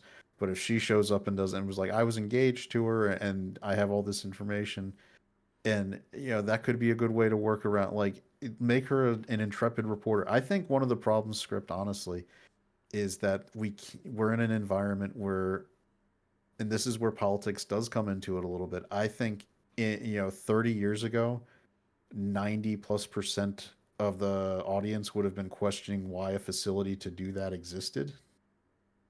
And so you could easily make them the villain. Mm-hmm.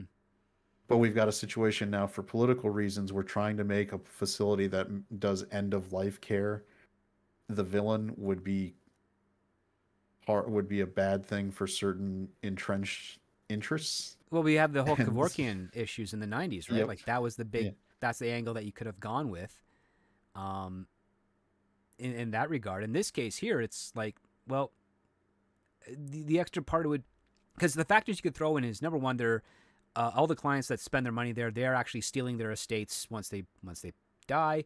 yep. Number That was two, something I thought of when he brought up in his speech at the very beginning when he's like, "We have lawyers mhm, that will handle all your estate stuff for you." I was like, "That's kind of suspicious." exactly. And then you have the extra stuff with Jared, which is like, yeah, Ruby never mentioned anything about you. It's like, well, that's your gimmick to expose Georgia as being a fraud because she's there on the investigation. Of course, Ruby wouldn't know anything about Georgia. They were never really a thing. She's there to try and find out who killed why she died for her family and all that stuff. And this one guy who keeps on coming back here over and over and never commits could throw a wrench into her plan of exposing what this island is. But also, why is this island letting this guy go? Like, there's all these mysteries you could have played into if it went to that genre. And what's really, unfortunate is that you and I are both in the same realm of this, where after that first act, you're like, this could be a potentially fascinating horror mystery Like cure for script. wellness in a modern age kind of thing, Yeah. whatever. Yeah. And And do you know what else was disconcerting though? Was we didn't get information on why anyone was there. no. Like I guess we could assume the older people were older and had but we don't know that they had terminal illnesses. We, because of the director's speech, we now have to question whether it was just older people who wanted to be done with life. Hmm. And when we see these seemingly like every young person we see in this script is seemingly healthy and completely ready to go, right? Right. Anna, Jared, Georgia, and even the video of Ruby. We have no knowledge of why they would be there. That would be for most, let's say, for most of the audience, regardless of political beliefs, I would say that if you gave them a very terminal, like pancreatic cancer or something, Right. people are like, okay, I get it. That's the Kevorkian debate. Like, there's no coming back from that.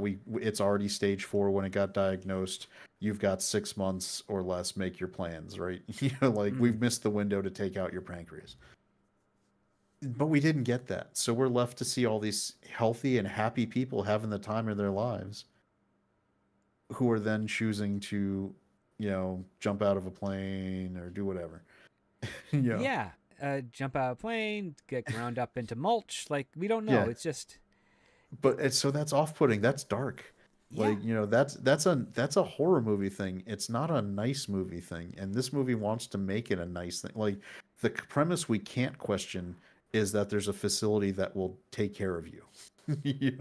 That's the one thing that we don't question. We apparently don't get to question at all. It's just other mystery boxes. Lean into the fact that a facility like that's run that expensively to take people out of the equation is 100% horror movie magic. That's Yes. what you want to go for. And stumbling onto this type of premise and then not delivering on that is really foolish. But I understand the whole not wanting to deliver on that. You want to kind of set yourself apart and be different. But I think the aspect is that you set up your premise in such a way that your execution ends up betraying that premise. Here's the other thing though. I can't as a premise wise for a horror movie, I don't think we've seen one where they've done one with this type of facility yet. It would be new and fresh. Yeah. It would be like we've seen ones where it's just medical clinics or insane asylums or various other, you know, horror hospitals, but not a place that is specifically designed to be, a Disney theme park for end of life care. Like there's a lot of room to do some dark stuff with that. You could go supernatural, needful things style, where maybe there's a supernatural element running this thing. You could go just straight greed, where you could Greed. make a corporation the evil thing, where Soylent Green's made it's the best mulch in the world. The billionaires want it for their garden. You Yeah, know, they have a vineyard there, and it's the best wine. In fact, the whole idea of it being aged 80 years is not really about how long it was in fermentation. It's basically the 80-year-old is what made this that wine. yeah, that would be great. Like that would be a great twist. You find out that this thing is being funded by billionaires because it makes their lawns greener. Like how, because it's so, because you're like, oh well, they're so evil. Like we're built to be suspicious of the ultra rich, right? The powerful, the elite. Hmm. Lean into that. Like I mean, we're not, I think of the 70s horror movies or and science fiction, like Soylent Green is a good one I keep bringing up, Yep.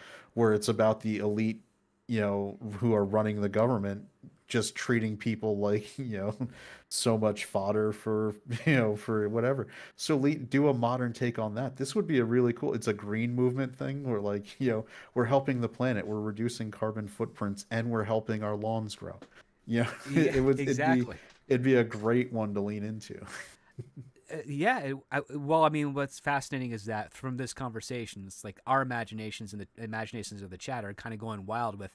There are all these other more interesting directions to take this idea and still keep it into the relatively low budget of what this film is trying to be.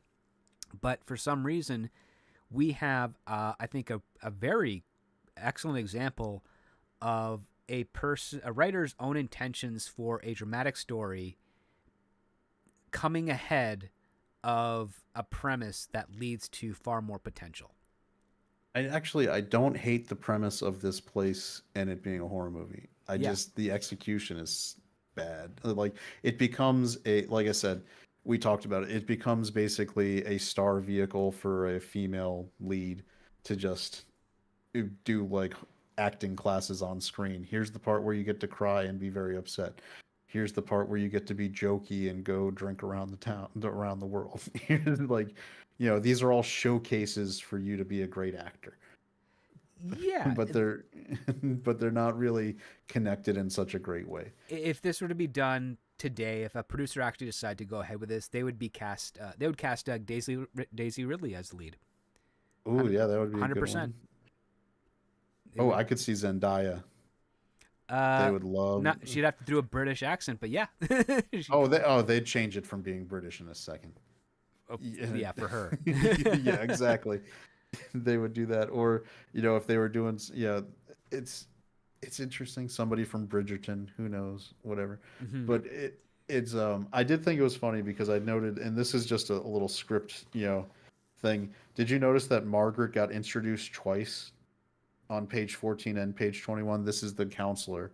Yep. Both times they felt the need to mention that she was British of this age, and I was like, we already did that introduction. Like, did you forget that you introduced this character? Which makes me think that was a revision thing, where maybe she added that line of dialogue or that little vignette scene, one or the other earlier, because Yeah. it's like, I mean, they maybe it's like we set it up here or we forgot about it.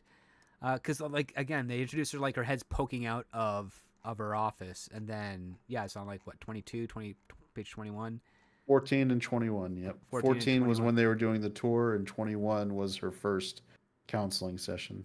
Yeah, because then we get then session with Margaret, 40s, also British. It's like, well, we already got that 5 pages earlier. So yeah, I did mishap. make one, now that we've gone through this, I can point out one of my notes was no one is likable. Georgia is has a partner who killed themselves and didn't even talk to her about it. And Jared is a drunk driver who killed a child and hid the details from Georgia about her fiance. I was like, these are not nice people that you root for. There's no like this is you No, haven't shown me anything to make me root for these people. no, they're soap opera characters, and not the protagonist types. They're the antagonists in the soap opera. Yeah, And again, I'm, Betty was the only one that was nice because she talks about like her husband um, came here 8 years ago, I think it was, or something. Did the whole process. I think she implied that he was sick because he was also very that he was private an out and that as he an was an alcoholic. alcoholic, and yeah, and he didn't talk to her about whatever was his illness was. He just went Went and did it, yeah. and did it. And she was very And specific to say that he was a non-violent alcoholic. He was like he drink a lot, be happy and joyful, but he also be very private and liked to be alone. And when there she were came to such do the same thing, contradictions where she yeah. was like, something bad must have happened to him when he was a kid, because he, and I think he was drinking to not be with his thoughts, but he wanted to be alone all the time. Hmm. I was like, that's kind of weird. Most people who are like avoiding that kind of thing go like full introvert. I want to be around everybody to not think about whatever. I Yeah, didn't and want again. Betty got me more like Betty was so much more sympathetic because she was like, I came here, I was going to do the same thing, but then I changed my mind, and the director was nice enough to let me just stay on as like a caretaker for the gardens. yep, and that's what she's been doing ever since. And it's like, oh wow, that's kind of that gives another layer to what's going on in this place. And you're like, I'd rather kind of see Betty's story more. It More. also made it also made the director, it humanized, like her line describing that did more to humanize the director than any of the scenes he had. Right. Oh, Because and then there's that all, terrible joke where like Jared finds like we learned the director's name is Tucker, and then Jared finds out about that. He's like, well, I'll have to deal with that for the next few days. And it's like, is that such a bad thing? It's just a name, sure. like the Tucker, the man in his dream, didn't do it for you. I don't I don't know. know. Of all the names, It it had to was be Tucker. I'm like, Tucker's fine. That's not whatever.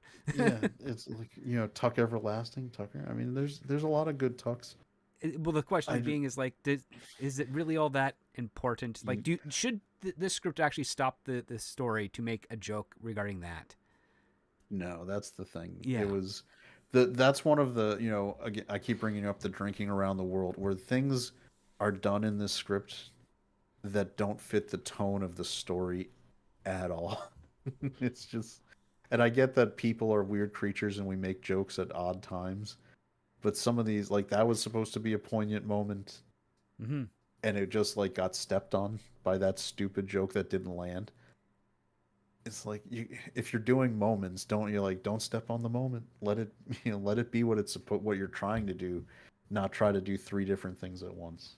Right. Oh well, I guess with that being said, little Chad, how would you rate this script? Is this a green light or a pass? This is a pass. Yeah, this is a pass for me as well. A pass because it's the premise was better than the execution. Unfortunately, Hmm. that's basically We've it. had two in a row like that because I think we did a whole 20-30 minutes about with Return to Sender where we came up with way better ways to do that one. Yeah, And like we've got two in a row where the premise was actually pretty solid and it was just executed so poorly. It was like, here's all the different ways you could have done that better. it is, but it also goes back to something that I like to remind people and also encourage them to try and overcome, which is that writing is really hard. Sometimes you can have an amazing idea, but the idea is making that the best idea you can and executing it to the best of its potential. It's not easy to do. And sometimes that might be why you get a story by credit instead of a script credit. In some cases, yeah, or in some cases, it's like you got return to sender, or in this case, last resort, where you've got this idea that's got all this potential, and I think in both the cases for each of the writers of those scripts is that they had one story they wanted to tell, and they thought of a great gimmick to present it, but the gimmick and the story they wanted to tell were not in sync as closely as they thought they were. And instead of trying to make the story fit the gimmick, you tried to make the gimmick fit the story. Hmm. And I think that's where the disappointment comes into play here. Because sometimes if you have like the Sixth Sense, that's a great gimmick, and the story fits the gimmick, and it plays out really well for that. Sometimes if you come up with a great concept and a good gimmick and you think, oh, it might be cliche, say to heck with the cliche. Do it the best you can, and nobody's going to care about the cliche. Yeah, 100%. You don't have to always try to make it like, look, let me subvert again. Don't just instead of worrying about subverting a cliche or a trope or whatever. Tropes and cliches tend to be tropes and cliches because they're popular when done well. Yes. The damsel in distress, the hero coming in to save the day. When they're done well, people like it. In horror movies, when they're done well, people like it, and they can usually be done cheap and make a lot of money, so you'll get a green light easier.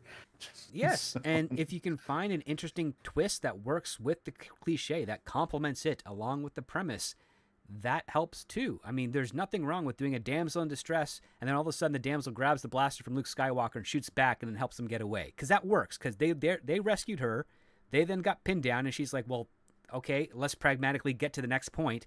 It doesn't obfuscate the fact that they still rescued her, and she just participated in her rescue because things had to happen that way. We believed it.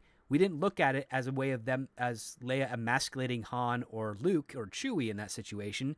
That is a proper subversion of the trope.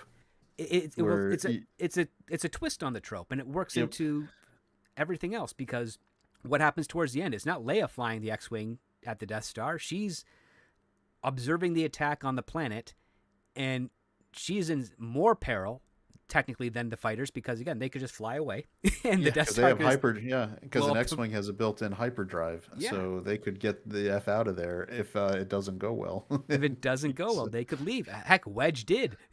He didn't stick around right. really. Yeah.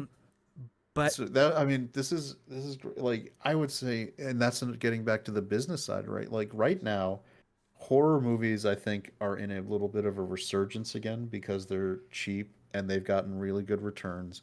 I don't know if you have seen that, but I feel like with the amount of streaming services that are wanting to be fed from movies that actually can make a profit in a theater, Friday, Five Nights at Freddy's, Mhm. all the, Blumhouse doesn't like make a horror movie script. You can do it for $10 to $20 million budget, and bam, you're gonna get greenlit.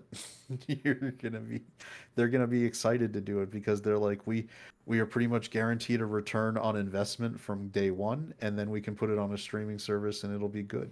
Good horror return. movie is the one genre that never dies down in the way that you think. Like sometimes you get one franchise within horror that kind of dominates the narrative, but it doesn't actually slow down the rest of the industry, because there's that 8-year period where there's a Saw movie every October, and people thought Saw was the only kind of horror franchise out there, unless you were a fan of horror, in which case you're like, oh no, there is tons of other Blumhouse, horrors out there. Blumhouse was doing bank stuff at that point. They were Hmm. putting out. I mean, that same period when Saw was getting, their annual releases. Blumhouse, I think that was around the same time Paranormal Activity was going out, Yep. making big money on the found footage, really cheap to film horror The movie. Annabelle series. Yep. You had the Annabelle, the Conjuring stuff. The Hmm. again, not really big investments. Like, what was the other? What was Patrick Wilson was like in two of the franchises because he was in Conjuring, and what's the other one? The Red Door. That was the fourth one that just came out. Right. It wasn't Annabelle, because that's the doll, but it was something. No, this one Yeah. was, where it was the psychic that put him into the dream plane or whatever. It was weird. Anyway, cheap to make. Him and Rose Byrne were in that one, and it made money. It did four. They did four of them because they kept making money. The And they Insidious movies. Insidious. That's That's the right. one. Yep. So horror, like you said, even when you get like in your head that it's being dominated by a like specific franchises, there are horror like when I worked at the theater, I can tell you at AMC, the thing that made AMC money in the tail end of the second quarter and beginning of the fourth quarter, which is end of August through the end of October, is horror. Yeah. Like the thing that put butts in the seats wasn't Oscar bait. It wasn't like these movies because they didn't get their nominations yet. It was horror movies because teenagers showed up, they bought tickets, and those movies made 20 to 30 million dollars opening weekend like clockwork. Yeah. It was like guaranteed, and studios loved that stuff. And they were movies that could get C cinema scores and still be making lots of money because no horror movie is graded on a curve. And This is it's all you need is great scares, good gore, and debauchery. Essentially, those three things. exactly, yeah. Yep. I mean, how many Leprechaun movies did they end up making? I mean, geez, I, like it's I think horror doesn't there's have to be sophisticated. They made like six of them, right? By the time it six of was them. Leprechaun in I mean, space. yeah, there's Leprechaun in space and then Jason X in space. Essentially, like they when they start getting when your franchise starts going into outer space, when it doesn't fit the genre, that's when you've gone too far. That's all. Yeah, Jason X was when they decided, all right, I guess we'll make the Freddy vs. Jason movie. We've kind of gone too far with Jason. Yeah. Although that movie still has one of the best horror movie lines that made me laugh because Jason X leaned into being campy, silly, goofy. Right away, yeah. And it was they had like a holodeck because it was the far future, and they loaded up like a Camp Crystal Lake, scene, and they had two co-eds come, right up to Jason after he had his machine upgrade, and they were like, "Do you want to come with us and have premarital sex and do drugs? We just love to have premarital sex and do drugs." Yep. And so Jason immediately tries to kill them because that was the old right, the old ways in the horror movie. You got punished for being the rule breaker, and the one virginal woman was the one that got to live. Yep. That was the Oh, reward. And it worked. That's the thing. It worked. And what's still does, still makes money. and Like what are this, or just earlier this year, I think, what did we have that horror movie was? Like there was still like some surprise hits. I mean, I guess Megan was last year, right? Megan was And last year. Immaculate did okay. Immaculate did okay. The Evil Dead Rise or whatever it was, well, I think was last year. That Mhm. movie was good. That was a good, solid, like gory like R-rated horror movie. And that was going to be streaming only. And then I think like for all the stuff Zaslav gets for canceling movies, that one they moved from streaming into theatrical, and it did well and ended up, I think, earning out.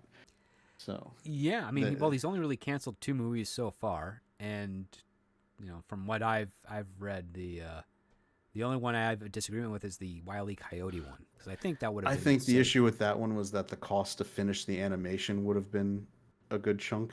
Yeah, would And, at that point, that's why I do disagree. Like, people are like, he could have just sold it for Netflix. Netflix wanted to buy it at cost with no actual return.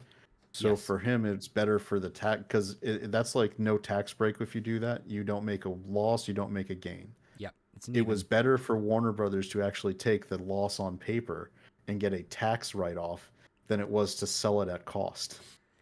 Yeah, and And that's that all they were looking for is just the profit, so they wouldn't have to take the tax write off, and that profit would have been used to complete the rest of the movie, plus give them some extra on the back end. Uh, which is, Basic yeah, so negotiations. Yeah. exactly, which is why I think it's hilarious because you saw writers, directors, actors go out and try to like shame Warner Brothers for not selling the movie at cost to Amazon or Netflix, and I was like, you don't understand economics, man, because Yeah, like at cost is the worst thing that they could get, because that gives them absolute, like, if there's no gain or loss. there's And no money for investment. Like that's the thing. You yeah, have to sell at a profit, which again, it really does break my heart when I see people that have been in the industry like a decade longer than me say those types of things. Because I understand for those that have just gotten into it and they don't understand the economy right away. It's like, okay, you're foolish, you're young, you're green, you don't get it. That's okay. You will eventually. But then you're like seeing, Will Fortier say, "Why don't you yeah, just sell this at cost?" It's like, dude, I that's know not you're a how it works, comedian, man. but that's a joke, right? Yeah, I get in trouble because I work in the finance side of things. So like, okay, I'm not a full on Valiant Renegade level finance guy, but I work in a different side of the finance stuff. But to like, if you do accounting, these are all no like when people are like, "What's a write off?" I was like, "Okay, these are basic accounting principles here." You don't understand. And that's when they're like, "Oh," when I heard people like they can just bring Willow back, and I was like, "No, no, Nope. they can't just bring it back, because if they bring back Willow, they have to take their portion of the impairment that they did on their tax write off, and then put it back in the current year taxes. And the only reason they would do that if somehow bringing Willow back was going to financially gain them more than they'd lose for that tax penalty. And let me tell you, you're not getting that from a streaming service. So No. no, it's never coming back." And No, they're it's like, the only franchise Disney saved by deleting a sequel series to it. I know, Willow is great. I love Willow. Very Hmm. underappreciated fantasy epic of the late 80s. Like that was a because people don't understand, before Lord of the Rings, fantasy didn't really have a great record in movies. No, you get like a Sword and Sorcerers, like it'd be like an Andy Sedaris type sword and Yeah. sorcery type films. I mean, with I the eventual remember, was it, Conan here and there, but like yeah, yeah, you didn't get as much on that side. for They were every, kind of like, like yeah, cheap for horror for films. every Conan you would get like the Barbarian brothers from canon Yeah, or something like that, and it was like that's what you got in fantasy. So, you know, the fact that Willow took it seriously, it had the Lucas pedigree, it had Ron Howard directing. It was a win all, and I love you know, the score for Willow is great. I mean, there's all sorts of great elements to it. And then, you know, obviously Lord of the Rings raised the bar so high for fantasy. You know, what we got after Lord of the Rings with the Dungeons and Dragon movie that came out like in 2000 and all those other ones. 2001, yeah, and then That's a lot Aragorn. more what you're, yeah, what you're, where people were trying to do fantasy on the cheap and not really do like, oh Lord, that's what happens in Hollywood. So you It get that. really is, and that's kind of why when you have a script like Last Resort, it's like you've got a hook. Don't stretch it out to make it a needle and then pull it away from the fish. You know, it's like you have the stuff there. The elements are in place, but you just decided to kind of cop out and go, instead of going into a horror film, you're like, nope, let's go into a drama like Thumbsucker or something like that. You know, just this a movie not many people know about that has Keanu Reeves in it. it's it just hurt. It just hurt a little bit because I saw potential here. Again, this the writer, Laura Stoltz, she actually got very very lucky because she worked for Disney with Marvel Studios. She worked with Peyton Reed over on the Yep. last two Ant-Man films, and she probably has a lot of stories about what happened on Quantumania because I've heard some that I can't quite share yet. I've But always thought Peyton Reed was a pretty competent director, but nothing super special. Like he did, mhm. what did he do? Bring It On, right? He did one Uh, of them, I think. Yeah. he did the first one, which was the only one that was really kind of good. He did. I remember he did Down with Love with Renee Zellweger and Ewan McGregor, Yep. and He there did were Yes Man rumors with at Jim the Carrey. Yeah. yeah, he did Yes Man. I remember after Down with Love because that was a period movie, like set in the '60s. It was supposed to be kind of one of those. It was playing off the old like Rock Hudson, you know, romantic comedies of that era. That he was trying to pitch Fox, and this was when they had the rights to Fantastic Four, but didn't, you know, it was right before they did the Tim Story ones. Hmm. He was pitching them on doing a period one, and he was basically looking, hey, look at what I did. I can do movies that look like, I'm talking like full on 60s style look, feel, everything, and we do Fantastic Four that way.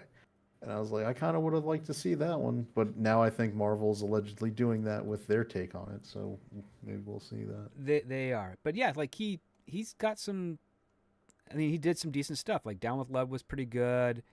Um, like he you know what's funny? I'm looking here. He did the live action sequences to the Back to the Future cartoon series. Like Nice. he's Back got in the 90s. back in like 90 91. Um, It's like finding out Michael Bay did the Got Milk ads, and you're just like, oh, really? That's yeah, cool. I mean one of the things I actually was quite impressed with when I saw Ant Man is how much he managed to adapt and retain uh, Edgar Wright's kind of Right. normal style, Yep. and then threw in a little stuff to kind of make it a little bit of his own, but also not so much that it's kind of tipped the boat of what Marvel was trying to do, and that's something that not a whole lot of directors can accomplish. I Whereas, actually really yeah, the first Ant-Man I thought was pretty well done. Peyton Reed is a good example of a competent director who will deliver the movie the studio wants mhm, and maybe add a couple flourishes here and there. Kind of almost like what when Sam Raimi, you know, like Sam Raimi took notes. He takes notes, he'll do it. So like when you mhm, see Spider-Man and you know Sam Raimi made the Spider-Man movies, but he listened to what if Sony wanted it, he pretty much gave it to him. And but he still put in those Raimi touches, like you get the Doc Ock operating room scene, which is straight out of Evil Dead, right, and you know you get those those Raimi touches. But if they gave him notes, he does it, which is why the people are like, how did Sam Raimi do the Multiverse of Madness? It's like Sam Raimi has always been willing to do what the studio told him. If he to do if he got hired and they gave him the check, he does Oz the Great and Powerful. He does Doctor Strange, the Multiverse of Madness. He'll show up and he'll do it. It's not. I don't blame him. I blame like Sam Raimi's like, okay, this is what they wanted and this is what they get. So yeah. I mean, they're the ones paying for it. That's the other part too. That always it's always kind of frustrating is that yeah, the people that are paying for it, they kind of do get a little bit of a final say unless you're able to negotiate that as part of the agreement. And Yeah, and it's a fine line because you get auteurs who mhm, take things too far, trying to like not compromise ever their artistic vision, and it's very rare that an auteur is financially successful as a filmmaker. You yeah, get you get you get people who want to be like I'm gonna make 2001 just like Kubrick, and I'm gonna have all this vision and it'll be a commercial success. And it's like no, it's not. It's no, I not mean gonna be the 2001s and the Godfathers; those are super rare. the rare exceptions. Like what you're really gonna end up with is Terrence Malick, where he's beloved within film schools for these long, lingering, beautiful shots with movies that never make money. Right. Like, It's I like, can tell you because Thin Red Line came out, I think the same year as Saving Private Ryan. No one went and saw Thin Red Line. Everyone loved Saving Private Ryan. very true. But film school people will tell me all day about how Thin Red Line was this beautiful, gorgeous, epic movie. I was like, they blew whatever the budget was on that movie and never saw it. It never made it up. It's gonna be And you know what? so. That's a great comparison to this script. Like this script Yeah, is Terrence Malick esque, right in his wheelhouse, and yeah, we want something that's a bit more Spielberg. exactly. Make it commercial. Don't be afraid of that. Yeah, and Commercial's you gonna, don't. The commercial aspect doesn't have to be conventional either. Like that's the other part too. You also have to remember is like this is this appears on the surface like a conventional horror idea, but we explored ideas that were not very conventional that could be very fun and still work on a commercial level. exactly. Like, and you can do them, don't be a lot of great people get their start in horror, do genre films because they're cheap and easier to green light, and then move up the chain. She like this writer is his her career started being assistant to Peyton Reed, getting experience with him making his movies, working up from co-producer, producer, and such. And now she's trying to make her own films. I wouldn't be surprised if she was looking for this as a writer director package. Mm-hmm.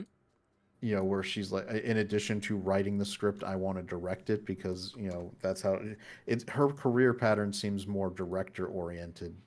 Yes. You know, so, and this might be just her way of getting there.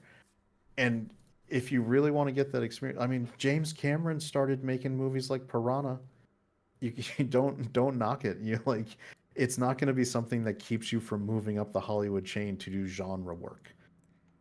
That's what I would say. Don't be afraid of it. A lot of great people got their start working for Roger Corman. Rest in peace him. He helped launch careers for tons of people, and he did genre cheap movies that made money and kept him profitable. So it's something that you don't. I think it's funny that people want to just skip ahead and get right to like I want to be Spielberg but not have to put in my put in the work. Yeah, I mean, I get that, but I think you know what? I will say this though, just because she didn't deliver fully on on the premise, I don't think I would call her a bad writer.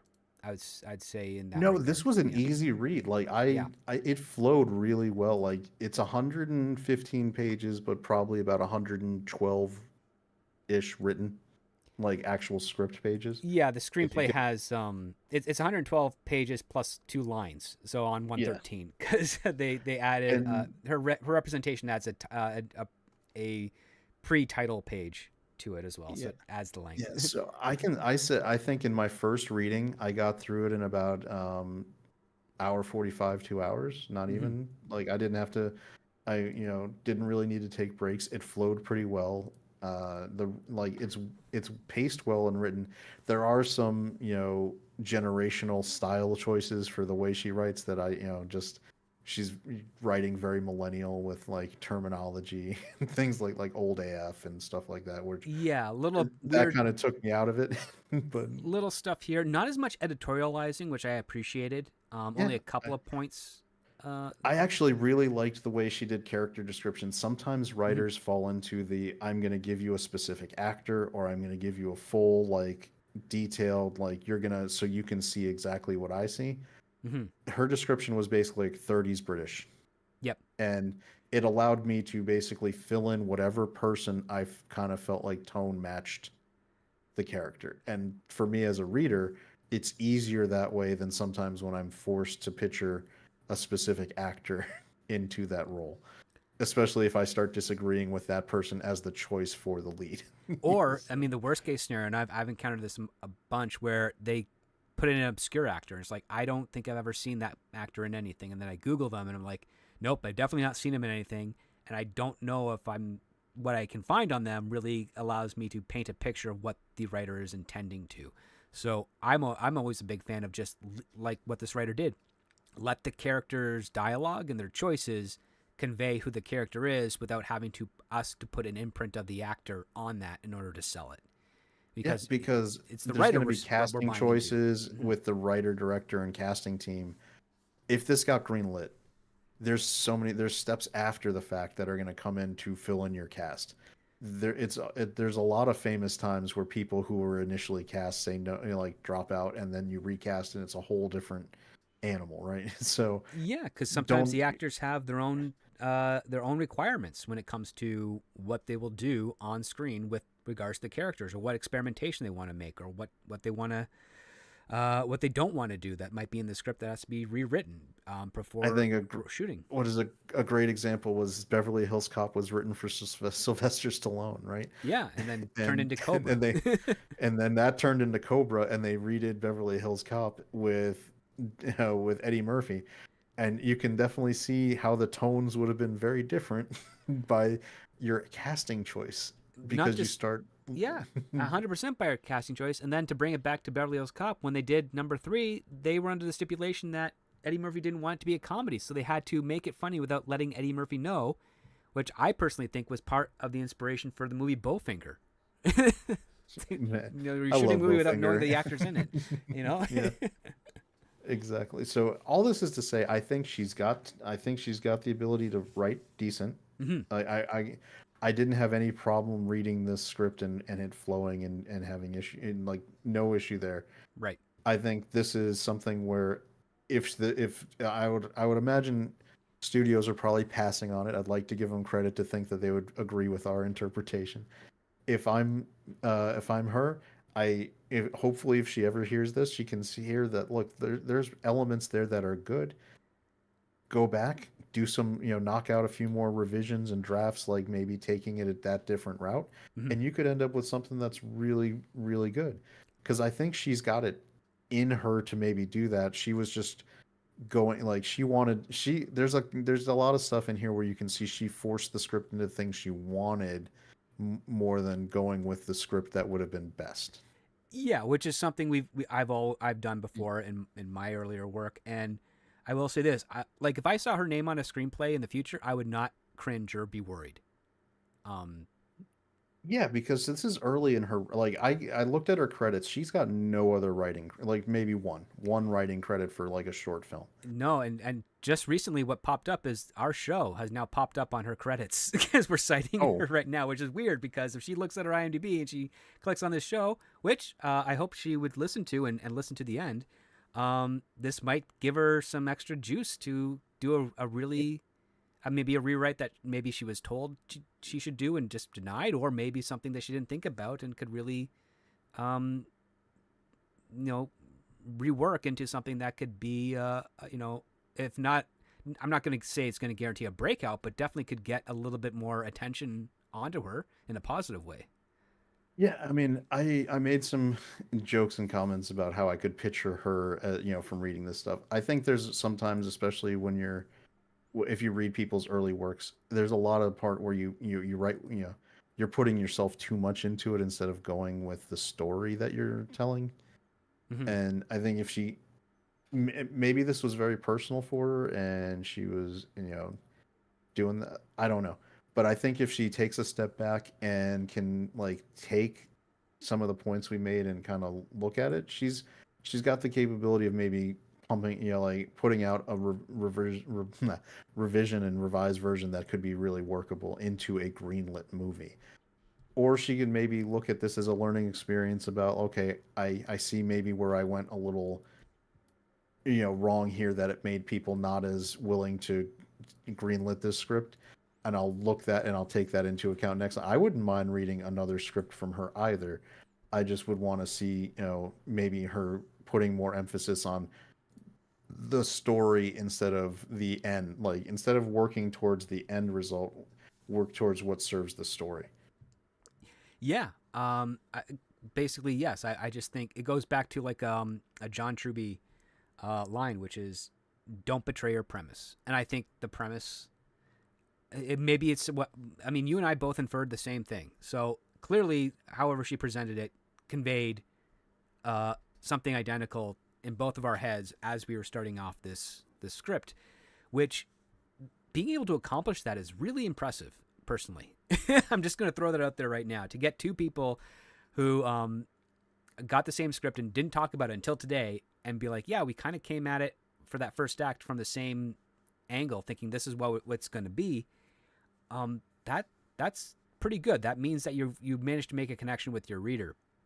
But yeah, I think I see potential in here. And yeah, like the only thing that's disappointing is, again, George not much of a likable character, and it's a premise that is leaning. It's a story that she wants to tell that's straying too far away from the premise to be in sync with it, so that it actually really works. I mean, listen, she already got she got on the blacklist. That's a pretty good accomplishment for an early works such as this. Granted, it's not. I mean, it's in the mid-range of the blacklist. It's in the 30s, but that's better than what I could say for last year, because I didn't submit any of my scripts to the blacklist. So, No, I feel like that is a good indicator of probably maybe a lot of people reading and seeing the potential, mm-hmm. and maybe just not liking where the script went with it. But it's got a writer who can actually write structure, and I mean, I would think that's kind of hopefully where it, because I know that we talked about with, how some what was it, the last one we talked about, where that one was really highly rated on the blacklist, and we're like, how did that happen? I don't get how Return to Sender was so high. This one I can see why, like, where it was on the blacklist makes sense to me. That's like, this is one of those, like, okay, you're a double A or triple A player, you've got skills, you need to refine them and work on it to get up to big leagues. Right. This is, you can see the tools, the writer tools are in there. You just need to work on it and develop it a little bit to get to that, ready for prime time level. Yeah, and the other part too is maybe there's some guidance that she's receiving that's probably not going in the best direction for her. That's why the script came out this way. But I will say this. I mean, if next year I get an email from her or someone that says she rewrote the script and it's now a horror genre, I would not hesitate to open it up and read it. I'll just put it that way. Mm-hmm.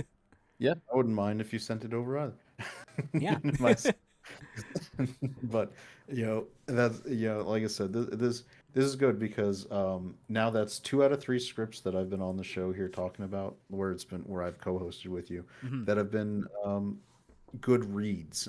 Like, I've only voted a green light 1, but at least 2 out of the 3 were, and actually, 3 out of 4 if I count the Madden where we did the extra show on it. Yep. Where it was, I can at least I don't feel like my brain hurt trying to read this script. Like that. That's a good thing. That's a really I can good see thing, actually. Yeah, I feel like if with you reading all of these scripts, there's probably plenty where your brain hurts, like coming out of them. Well, you kind of build up to it. Like I mean, I've been a story analyst before. You've read thousands of scripts. You learn a lot about the writing process from those reads. You then also learn to be a bit more resilient to the bad stuff.